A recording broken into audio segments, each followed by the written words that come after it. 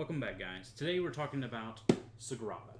Sagrada is a dice rolling game designed by Daryl Andrews and Adrian Adamescu and published by Floodgate Games. In this game, you play as an artist competing against your fellow artists to create the most beautiful stained glass window in the whole Sagrada Familia. Each round, players will take turns drafting from a pool of dice, placing these dice on their window. As such, players must place them within the color and shade restrictions and never have adjacent dice of the same color or same number value. After 10 rounds, players score points based upon public and private objectives. The highest scoring artisan wins. Sound easy enough? It's fairly easy. So, first thing is first, setup. As you can see before, you've got different cards and different things set up. I'll explain what each of them are and how you need to set up your game. First off, we have our private objectives. There are 5 of these total. Max this game can play is 4, so you only need at most 4 of these. And setting up a 4-player game, we'll set aside 4 cards for each of the 4 players. Next thing is going through these window frame player boards and choosing whichever color goes for you. They have red, green, purple/pink, and blue. The next thing you are given are 2 of these window pattern cards. Now, looking at these cards, there are massive differences between them. So, for instance, I have Kaleidoscopic Dream here, which looks like this. A lot of different colors on there, and also in the bottom right corner, you can see there's a number of pips. These correspond with favor tokens. So, for instance, compare that to the flip side, which has nothing but purple as far as color goes, and you would get 5 favor chips. You get more favor chips, but they're also a harder game to play. So, for instance, for this one, we'll go ahead and go with the Kaleidoscopic Dream. And what you'll do with that is you'll take it to the bottom of your board here, and you'll just slide it in there. It fits in there very nicely, and your board is set up, ready to go for the game. Also, what you'll be given are one of these small tokens, and this is specifically for whenever you are scoring at the end of the game. Once everyone has selected which card they want to go with, those are taken out of the game, not to be used again. Next thing is setting up your tool cards. These are your tool cards. They are sort of special abilities that you get to do in each game. Each of them is different. I will flip over a couple to show you. Normally in a game you have 3 tool cards. So we'll have this one, and this one. So go through and explain what each of these do. The rest of these cards are taken out of the game, which that ability alone adds for some replay value in the game for sure, because there could be all kinds of different abilities that may or may not be factored into the game. This one is Lafkin. Move exactly 2 dice, obeying all placement restrictions. So basically, if you have a die that's just in the way, but you have another place you could play it, you could use this and move those couple out of the way. Second one is this one, which is Glazing Hammer. Reroll all dice in the draft pool. This may only be used on your second turn before drafting. So on your second round, you can choose to reroll all the dice if you are looking for something specific, maybe a different number value. Last one here is Flux Brush. After drafting, reroll the drafted die. If it cannot be placed, return it to the draft pool. So basically, you choose a die that maybe you like the color of, and you re-roll it, and if that number can be placed, you can go ahead and place it. If it cannot, it just goes back into the draft pool. Therefore, it doesn't hurt you necessarily, but it gives you a chance to get a number that you need, or a number that's playable for you. So those are the 3 tool cards. Next thing is the public objective cards. There are a number of these, and we'll shuffle those up, and you'll just pull out 3 of these. Row shade variety. Rows with no repeated values. So what that means is on your on your board here, if you manage to go an entire row and have no repeating numbers, so no, there's a 3 here, if you had a 3 over here, you would be out of it. But it has to be a complete row, and that row has to have a different number.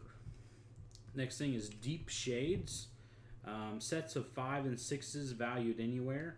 So basically the way that this one works is if you have, let's say you had 3 5s and 3 6s, then you would get 2 points for each set. So you had 3 sets, that's 6 points.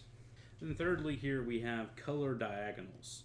What that means is you get points based off number of diagonal squares that you fill that have the same color. So for instance, if I had a line going up here of 1, 2, 3, 4 blue, it'd be worth 4 points. So that's your 3 public objectives. The next thing you're going to do is take all of these dice and put them into the bag.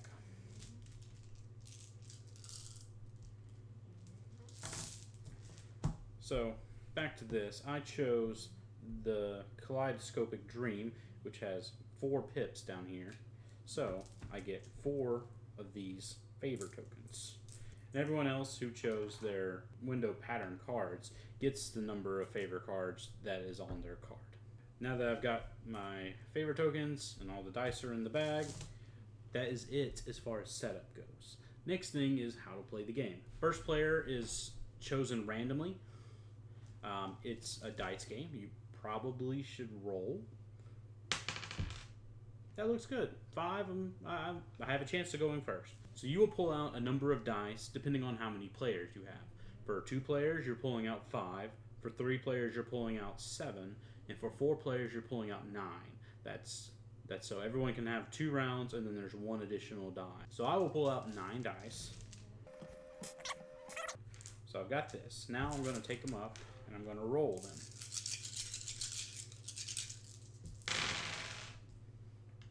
Pull them down here.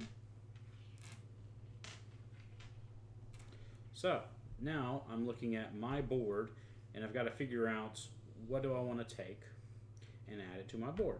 Now, there are rules whenever placing dice onto your stained glass window. For instance, your first die that you pick has to go on one of the edge pieces of the board.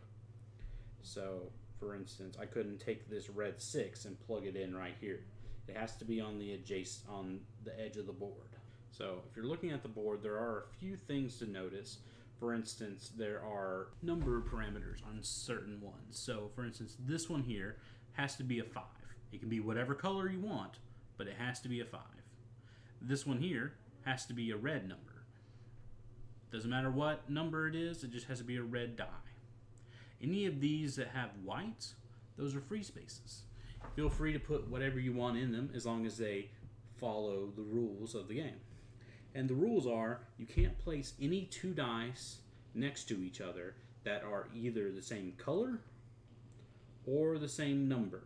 Now, whenever placing dice onto your stained glass window, you can place either orthogonally or diagonally from a piece you've already placed on the board. So, for instance, let's say I placed this red 6 here on my first turn. That'll be my turn. Let's say player 2 chooses this green one here. Player 3 takes this yellow one. Player 4 takes this purple. Well, then at that point, the rounds goes backwards. So whoever was 4th is now 1st. Whoever was 3rd is 2nd, vice versa. 4th player is going again. They take this 1. Whoever's 3rd player takes a 1. They take this 1. Gets down to me, I have these 2 left. Well, I can take this 3 and I can plug it in right here because the number qualification on this one here is a 3. So I can take it and I can place it right there. Now, other options for things you can do on your turn, because you have 2 things you can do on your turn. One is just taking a die and placing it onto your window frame. Second thing you can do is you can choose to use a favor token on one of these tool cards. Like I explained earlier, they do different things. This one allows you to move 2 dice as long as you're obeying all your placement restrictions. So you couldn't move a red 2 to here because there can't be a red number next to that red die. This one is you can re-roll the dice, so instead of taking this purple 3, I could have taken both of these and chose to re-roll them. And this one, so after drafting, re-roll the dice that you got. So let's say I really needed, well, let's just say I wanted this green one here, but I don't want a 2. So I could re-roll, and now it's a 5, and I could place it here. Different things like that. But basically the thing you need to know about these are you have these favor tokens, and you only have so many. So I chose an easier one, so I got 4. They go 3 to 6 as far as the pips on these. So I'll take one of these. If I want to use one of these, I would take it and place it on there to use the ability. Now, next person who wants to use the same ability can't pay 1 because there's 1 on there. They have to pay 2. Next person that comes along would have to pay 3. And so on. It keeps going on and on and on like that. So if there's a really good card out here, it's going to be probably used a lot. It's probably going to get very expensive very quickly. So after 2 rounds have gone and everyone's taken their dice and put it onto the board, then there's 1 remaining die. This one will go onto the turn tracker and it will stay on the number 1. It's just there to help show you the game progressing. There are 10 rounds, and at the end of the 10th round, and we go into the scoring phase. So, scoring goes like this. Once you've completed your game, your board could look something like this, provided everything is following the rules of the game as far as dice placement. So the first thing you're going to look at are public objective cards. So that's going to be these 3 here, and we'll go through and kind of show you about scoring. This one here is color diagonals, and what that means are you get points for having colors and diagonals of each other.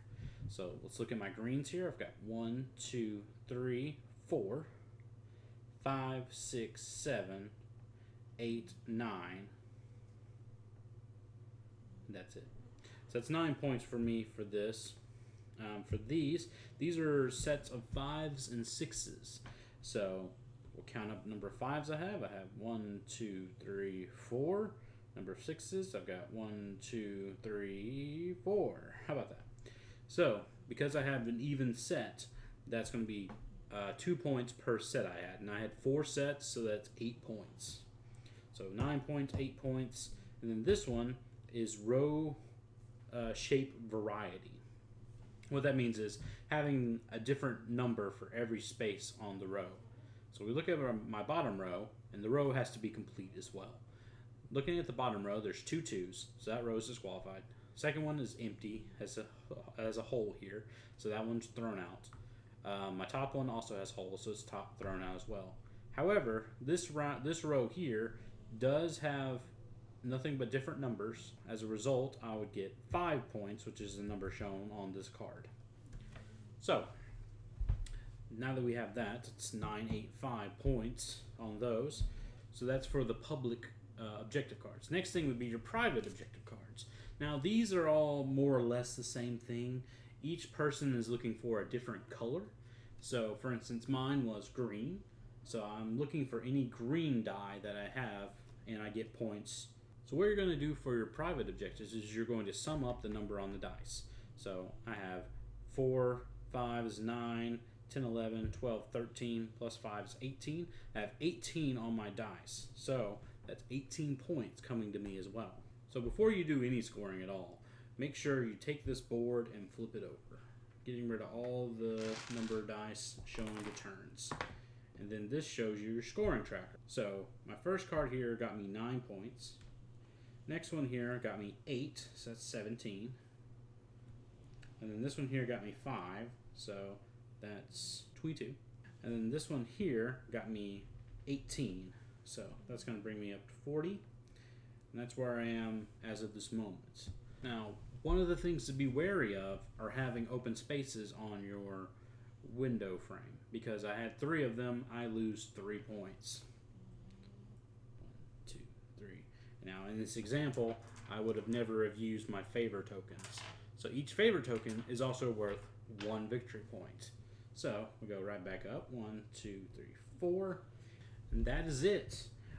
In the event of a tie, you look at your private objective cards. Whoever had the most points from those would win in that event. So that's it for Sagrada. That's how you play the game. That's how you win the game. And that's how you set up the game. If you have any other questions about maybe some of the tool cards, some of them are a bit maybe ambiguous as to what they mean, but there are plenty of helpful tips online. Feel free to get in the comment section if you have a question about one of the cards. Thank you for joining me, and if you have any other questions, feel free to reach out to us. On Twitter, it's at Way We Roll Gaming. Follow us here on YouTube, like and subscribe, and that's the way we roll.